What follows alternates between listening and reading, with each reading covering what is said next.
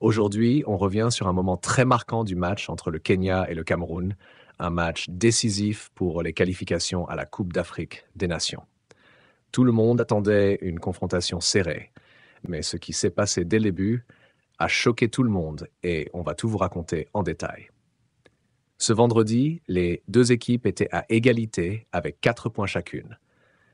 Le Kenya avait l'avantage grâce à une meilleure différence de but, mais le Cameroun comptait bien changer la donne. Un match d'une telle importance se devait d'être intense et c'était bien parti pour jusqu'à ce que tout bascule d'une manière totalement inattendue. Et là, dès les premières minutes, coup de théâtre. Christopher Wood, défenseur central du Stade Rennais, est impliqué dans un choc d'une violence extrême avec un joueur kényan. Imaginez la scène. Les deux joueurs, lancés à pleine vitesse dans un duel aérien, entrent en collision. C'est brutal. Ouah, s'effondre sur la pelouse et tout le stade retient son souffle. La tension est palpable, les regards se tournent vers le joueur camerounais, immobile. Les soigneurs accourent immédiatement. Personne ne bouge. C'est l'inquiétude totale, autant sur le terrain que dans les tribunes. Cet incident a mis tout le monde sous pression et le match s'en est retrouvé totalement marqué.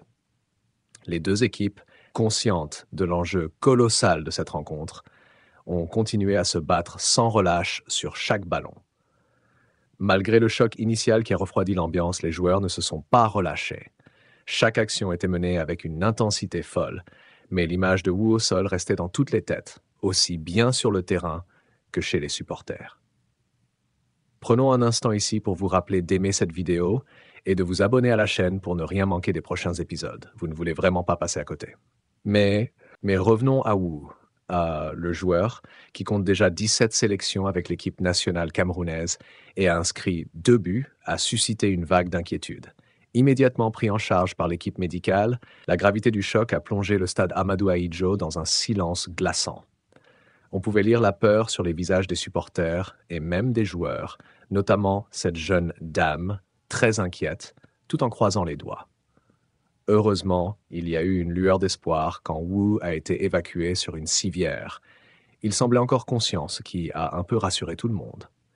Néanmoins, cette sortie dramatique a rappelé à tous les dangers auxquels sont confrontés les joueurs sur un terrain.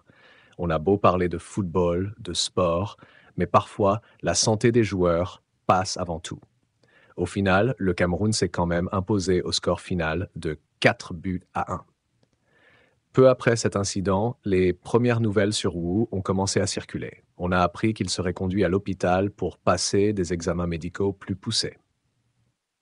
Les médecins veulent s'assurer qu'il n'a pas subi de lésions graves, notamment au niveau de la tête ou du cou, des zones extrêmement sensibles lors de ce genre de choc violent. L'équipe médicale reste vigilante et tout le monde, que ce soit dans le stade ou devant les écrans, espère des nouvelles rassurantes sur la santé de Wu dans les heures à venir.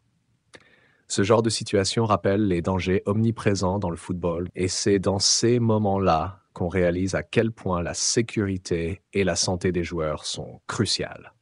Alors que vous soyez un passionné de foot ou simplement curieux de l'actualité sportive, restez connectés pour suivre l'évolution de cette histoire.